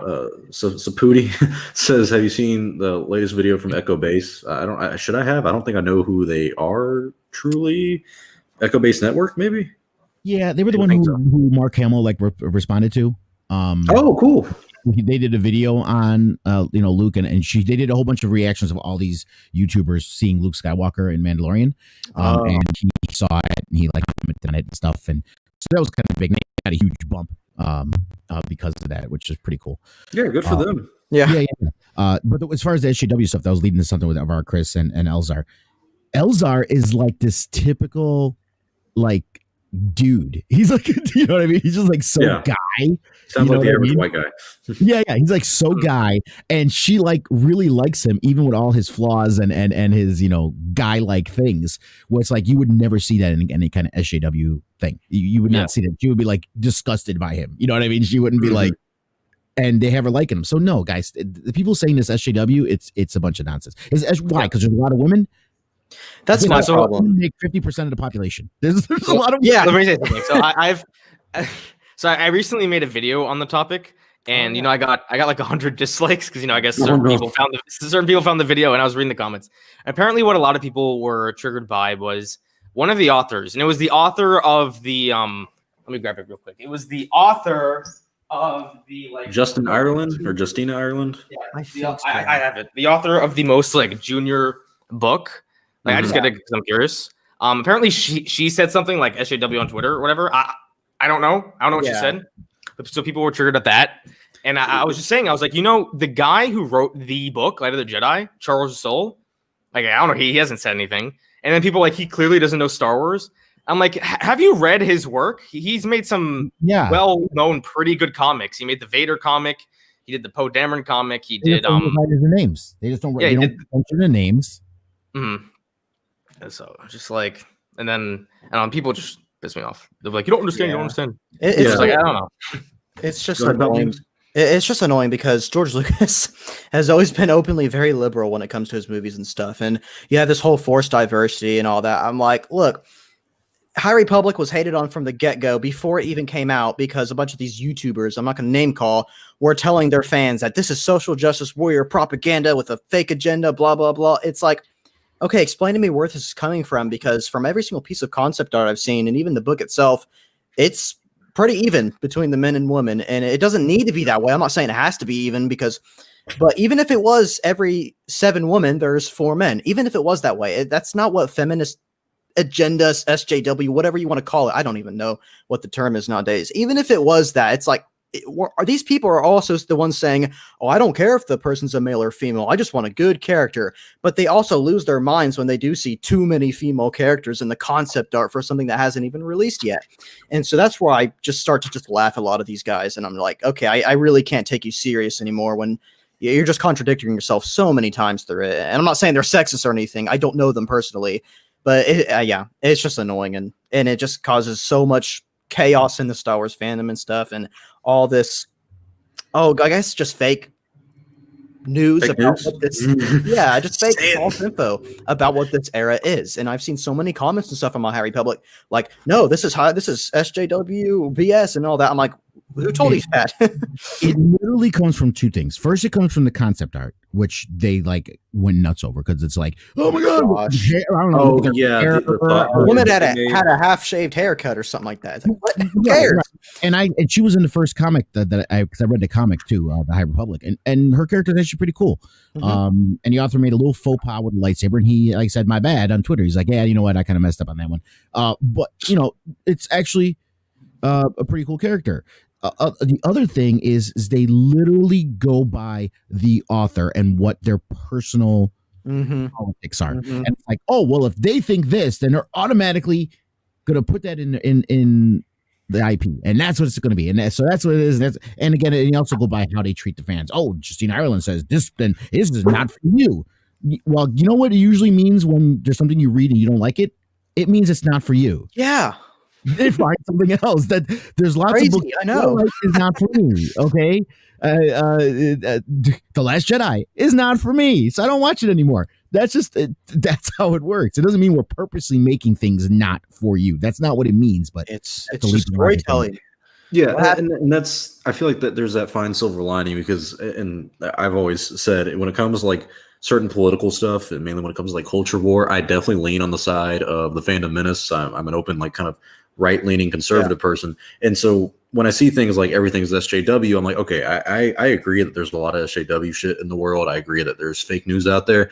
It upsets me when people who would lean on my side politically in real life would fall for fake news and fall for this kind of stuff of just Ironic. claiming everything SJW and getting triggered by anything that, you know, they claim SJWs get triggered. And it's like, okay, you're getting triggered over something that It's I ironic. really don't think you're getting triggered over something that you need to be triggered for, you know? And I would understand like the Justina Ireland thing. If she's saying something specifically, and I have not looked into this at all because I just personally don't really care. But if she said something like white men should not be reading my comic books, or, you know, this is not made for white men. Well, maybe it's because I'm a white guy, but even if I wasn't, I would hope I would go, okay, that's not only kind of racist, that's kind of just stupid because, you know, we're all Star Wars fans here, and pretty much all four of us, and maybe three, because, you know, Lunga's got some Italian in him, but we're all white guys. We all look pretty freaking white. So some people, freaking Goldman, you know, Anomaly Inc. thought I was black. So I mean, maybe I lean on the Goldman's seen my face. He knows I am not black at all. But the point I'm trying to make here is, if you were trying to alienate an audience like white guys when you're making Star Wars books, I hate to be the bearer of bad news, but that is a large portion of the audience. As someone who went to a predominantly black and Hispanic school from elementary, middle school to high school, I was one of the few people who like Star Wars. Not to say there aren't people who are minorities who don't like Star Wars. There are plenty of them who do. And it's a growing popularity now, and I love that. I want diversity in the fandom. It's what we need. But when you alienate such a big part of your audience, or any part of your audience for once, that I understand having complaints about. And if that's what Justina Ireland has done and has said, then I think anyone on the Fandom Menace side has every right to critique her for it, because that's wrong. But we have to be fair here and look at something on the opposite side of, like Pablo saying that emotions are not to be shared. Sometimes we overreact to certain things, you know? So I think we always have to read between the lines a little bit. It's also perspective and context, right? Like everyone went nuts with the Rian Johnson. I mean, even I kind of jumped on it a little bit when Rian Johnson did the whole thing, you know, calling Star Wars fans man babies or whatever, and this and that. But if you look at the context, and he even clarified it in his tweet, he's like, so you guys are going to completely ignore the previous tweet, which I was responding to these trolls. That's what I was talking about. Not every Star Wars fan. I was responding to people who saying they don't want diversity. They don't like characters that are women. That's the people I'm responding to. So if Justina Ireland says something like that, again, I don't have the full context. I'm just, assuming you're devil's advocate, maybe. If there's people that are angry about diversity, they don't want, like, with no context, they don't care, you know, what reason it is. They don't want more women. They don't want more minorities in Star Wars. That's the people who says, well, then this is not for you. Meaning, if you're a normal Star Wars fan and you like a multitude of characters, just like the original Star Wars, then it's for you. But if you have an issue with us introducing other characters that are of a variety of backgrounds, then maybe this isn't for you. That's most likely what she was getting at. But you know how it is. It's for the most part, yeah. I mean, I haven't personally seen it, but I guarantee whatever she said that was so horrific, I promise you, it was taken either out of context or blown way out of proportion. And that's what these YouTubers I see all the time do. So sorry, I'm looking up, like I looked up Justina Ireland comments. So I'm reading like her tweets, and basically what she's just talking about, I don't know, she's just talking about like white privilege and stuff like that. And she was, I don't know, just like fairly typical, like fairly left-leaning liberal ideas. Yeah. But again, I'm like, whether or not you agree with it, I mean, I definitely disagree with a lot of what she's saying here. I don't think she's like a bad person or anything. Not once does she talk about Star Wars in any of these tweets. Like she's just talking about, like she says, like, I don't know, like she doesn't like it when a white author writes about a black person. Like I don't agree with that take, but it's not like she's a flaming racist or anything. But you know, people, whenever someone whenever I feel like, it's like whenever a minority just like says something that they don't like about like white people or something, they'll just like freak out, or just not that specific, but like again, I'm probably looking at the same thing. Again, I don't necessarily agree with what she's saying, but like I don't think she's an awful person. I don't think she hates me personally just because I'm white. I sure as hell hope not, because if she didn't like you because you're white, that would be certified racism. That's racist. Someone commented my book. They're like, how does it feel that you're reading the book of an author who hates you? I'm like, I just don't believe that. I don't think that Justina Ireland hates all white people. And that's not what she's saying. I remember seeing, I know I just said I wouldn't name call, but whatever. I've gotten to my fair share of arguments with this guy. Geeks and Gamers, one of their videos, the thumbnail, I think it was Geeks and Gamers. Don't quote me on that. I think it was them, and it was someone's thumbnail, and it said, she hates white people, or she said white people are evil, or something insane like that. I'm like, where? Please show me where she says that. And yeah. No. I'm using the website Disney Star Wars is dumb, and it's from Right. Itchy. I know he's controversial. I actually will say and give credit to Itchy. He's good at getting a lot of the information. Sometimes it may be skewed toward a certain narrative. I saw him literally cheering on them storming the Capitol. So there's okay, yeah.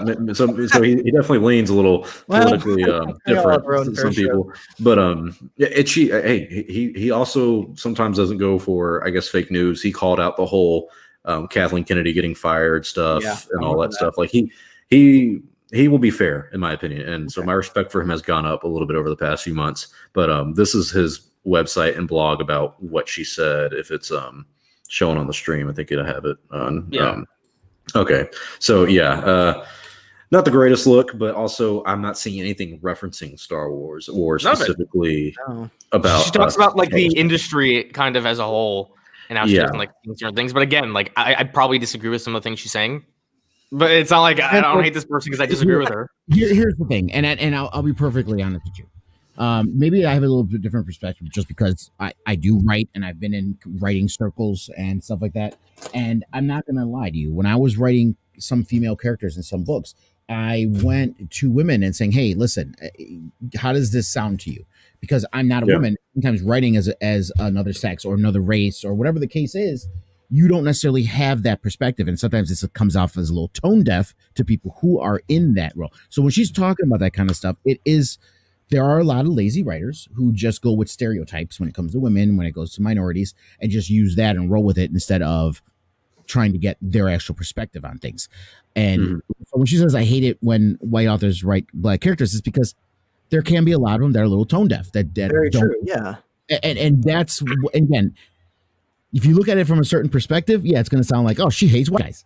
But if you look, if you look at another perspective, no, she doesn't like white authors who don't do their research when writing characters that aren't white. That's what she's talking about.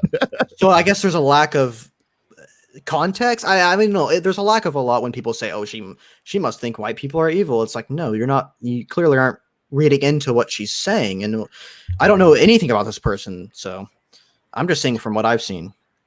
Yeah, we have a tendency to dial things up to 10 as a fandom. Things, some could say they've gotten better, some could say they've gotten worse. I don't know. I feel like there's no in the middle, and that's where I always try to lean towards. Of like, I don't like the sequels. I'm not a fan of what Disney has done to Star Wars since 2012. I think things have gotten better though, and so there's a tendency to look at this as a culture war among Star Wars fans. You got people who are probably right-leaning, who maybe lean towards the Phantom Menace, and then you got people who are left-leaning, who probably lean towards being Disney Star Wars fans. I think that's an awful way to look at it. I think it's just, hey, we all have different opinions on Star Wars. Yeah. Yes, our backgrounds, yes, our political beliefs are going to have an influence on that, but art is meant to be interpreted differently through different people. And then, like Palpamemes said earlier, Lucas is a left-leaning guy. He's a liberal, but he's like a 70s liberal. He said specifically he's a fiscal conservative. So when it comes to economics and policies and stuff like that, taxes, he's probably going to lean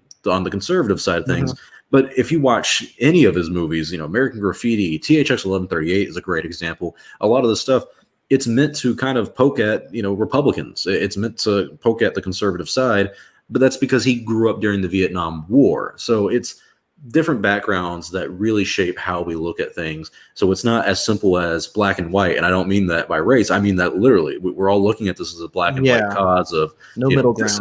You gotta find the middle ground somewhere. And I feel like we've kind of lost that over the past few years. And I feel like that's been amplified by a lot of people in the fandom because we don't want to agree to disagree, and we don't really want to find that middle ground anymore. It just feels like we're like, fuck the other side. They're wrong, and they're not Star Wars fans as they disagree with me. Shills.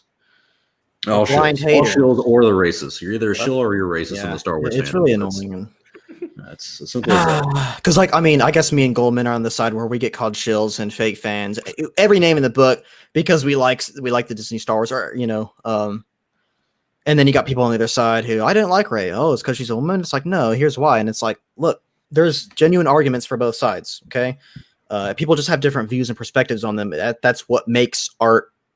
It's not for everyone. Not everything is for everyone, and not everyone needs to like everything, So Papa, we've never interacted before, but listen, there's a lot of people, even on in Star Wars Only's chat. It's like Star Wars Only knows me that because the way we set it up with us three, we're like, I'm more towards like the original trilogy. That's where I'm at. I'm more of a purist with that, but I can understand certain things that happen and this and that. But I did not like The Last Jedi. I did not like the sequel trilogy for the most part. And I've said this numerous times. But the moment I say something about like, hey, well, Kathleen Kennedy actually knew something's good. It's like, guys, I see the I know. It's like, yeah, that the Star Wars Only too, which maybe left. I remember I think we were doing one of the Chatooine episodes, and someone commented, they're like, Lunga's the original trilogy lover, Goldman's the sequel lover, and Star Wars Only's the prequel lover. Yeah, I was like, bro, you could have not gotten that more wrong. I've been called a shill recently. I got a lot of shit for my video about Lucasfilm Civil War lies exposed. There's fun. This guy, Justin is lost or something like that, who truly is lost. It's just like people like him who are like, there's plenty of evidence of like a civil war inside of Lucasfilm. It's like, bro, I have criticized Kathleen Kennedy for the countless production errors, almost 5 separate directors fired, writers who were taken off the lane, the Obi-Wan Kenobi series. There's a lot of mistakes she made, and I have called her out every step of the way for it. But she's the reason we're getting the Kenobi series. She's the reason Hayden Christensen is back. Yeah, she started the High Republic, whether you like it or not. I like it. She clearly, from what we just had, is one of the reasons we started The Mandalorian. She said she wanted to do a live action series based on The Mandalorian, exploring more of that. She brought Jon Favreau and Dave Filoni together, and people like the Justin guy, I use his because I watched his video on it, an awful take, if I will, just because I'm a petty motherfucker. He simply said something like, it's like a football player and a coach. He's like, the player's not going to talk shit about the coach, so that's why Dave Filoni didn't say anything negative about Kathleen Kennedy. And that's where I get a little upset with this narrative from people who think there's a war at Lucasfilm, because it's like, so you're not going to believe anything anyone says from Lucasfilm, because if they say something positive about Kathleen Kennedy or what's going on over there at Lucasfilm, you're going to say, well, they were paid to say that. They can't talk shit about their boss. But you'll believe some guy dressed up like a dildo every night says that there's a civil war at Lucasfilm because he's got inside sources. So it's like you can't win for losing on these. It's like, bro, we have... Like, if you're not going to take their word for it, then I don't know what we're doing here anymore. You're really going to the conspiracy theory stuff, and it's like I can't help you. I don't know what to say anymore. I don't know what to do. At some point, there's just like someone made a good point. Like, you want to have conversations with people you disagree with. I think that's obviously the best thing. But there's a point where you just like, where do you start a conversation? Like, if I'm having a conversation with you and you say gravity doesn't exist, and we're talking about like weight, like we can't start a conversation because we don't. This is just, you're at a point where we just can't have any mutual agreement. And I feel like a lot of people have like these takes, which is like we can't have an intellectual discussion because you're just not on a ground where we can discuss something. And I feel like most people, we like have rational opinions, like all 3 or all 4 of us, even though we have vastly different opinions on the movies. But like a lot of these people, they'll say like, oh, I got a comment like saying, "All hail the Favreau, Filoni, and Lucas verse." Like, what does that even mean? like Lucas hasn't done anything just with the don't get it, man. I'd go on set and hold Baby Yoda and maybe counsel a few things. I don't know. It's just like, yeah. And then I see a lot of. I've actually talked to Justin.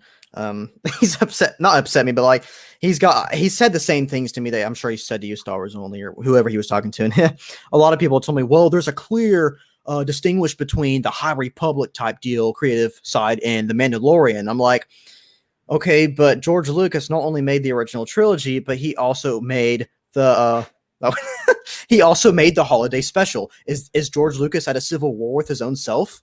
I mean, guys, I don't know.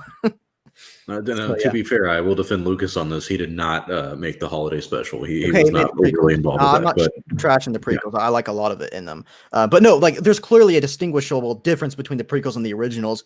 So does that mean, does George Lucas hate himself? He probably does, honestly. If we're being truthful, he's probably like, I should have never made Star Wars. God damn, man, I should have never sold it a long time ago.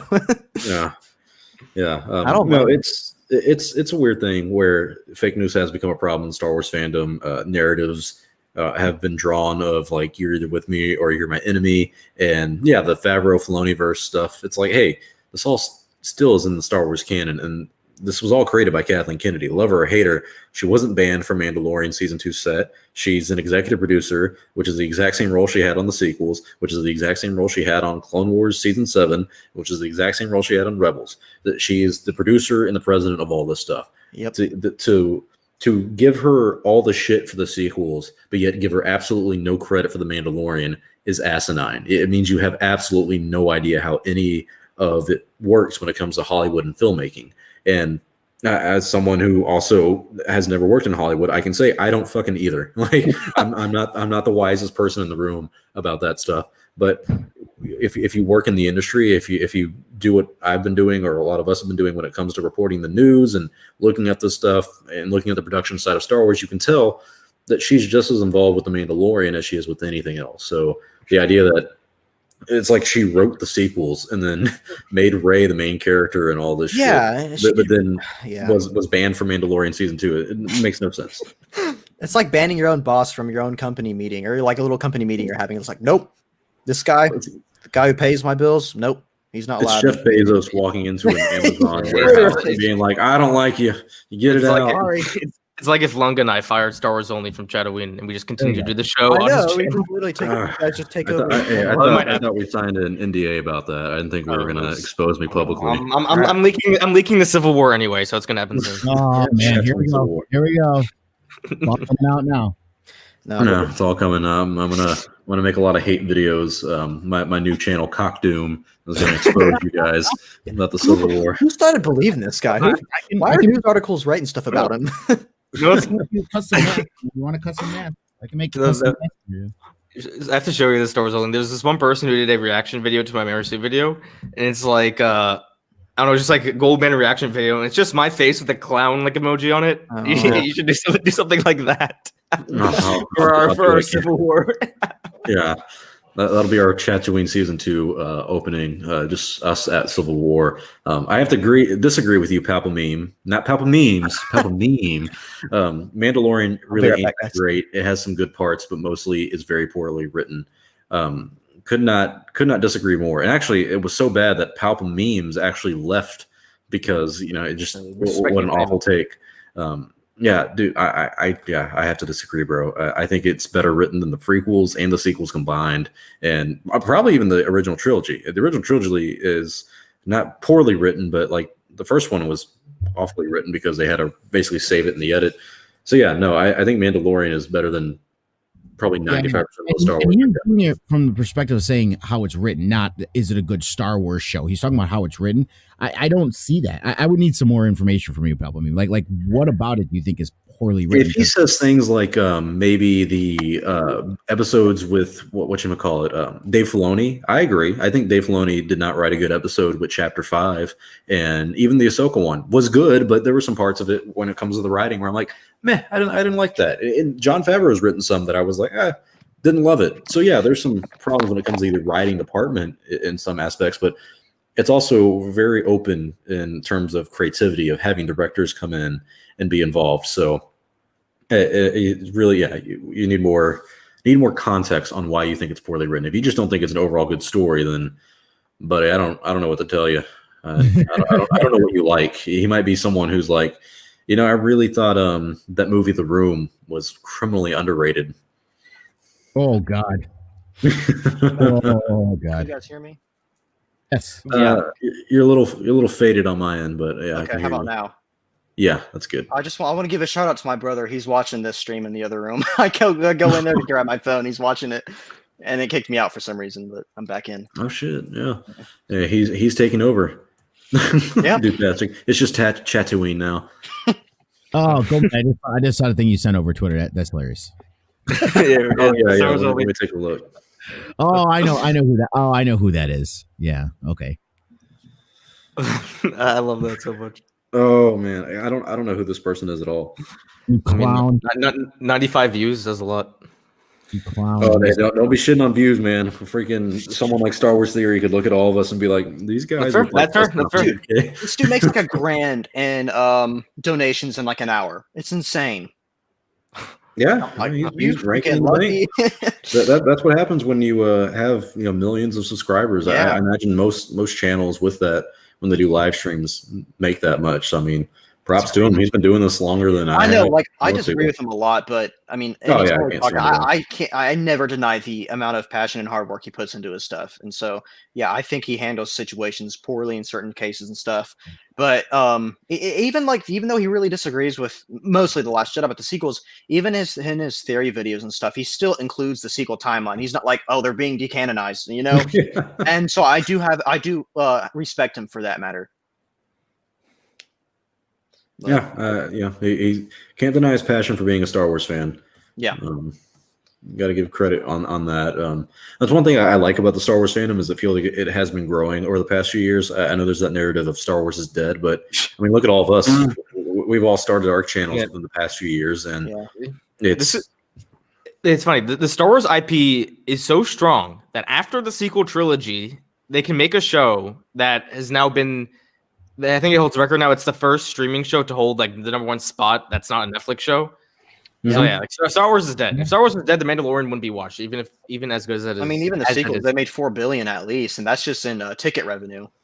And so I don't know. I feel like that whole narrative came out mainly after Last Jedi and Solo, which Solo did very poorly. And I think there's a multitude of different reasons. A lack of marketing, a lack of who wanted to see this story, and then of course Last Jedi turned a lot of people off from it. And then after Rise of Skywalker, or after Mandalorian season 1 came out, it seemed like it slowly came back up. Rise of Skywalker did decently well, and then Mandalorian season 2 just went ballistic. So yeah, Star Wars. Yeah, things seem to be better than ever. I mean, we have how many new shows? Like 10 that were announced or talked about. We have a lot of new games that haven't been talked about, and maybe this Rian Johnson trilogy is still happening. That we're probably going to wrap things up here in about 10, 15 minutes. You hope a lot for that. You need that to come true.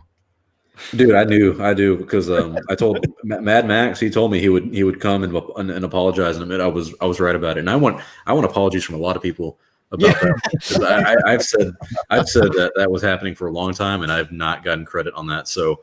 Me and Lunga have the same opinion on it. If Kathleen stays as Lucasfilm president, he will get his trilogy. If she doesn't, then it's not happening. But Palpamemes, since I don't think we've heard your take on it, and since you're the guest here, I want to get your thoughts on it before we wrap things up. Rian Johnson's trilogy?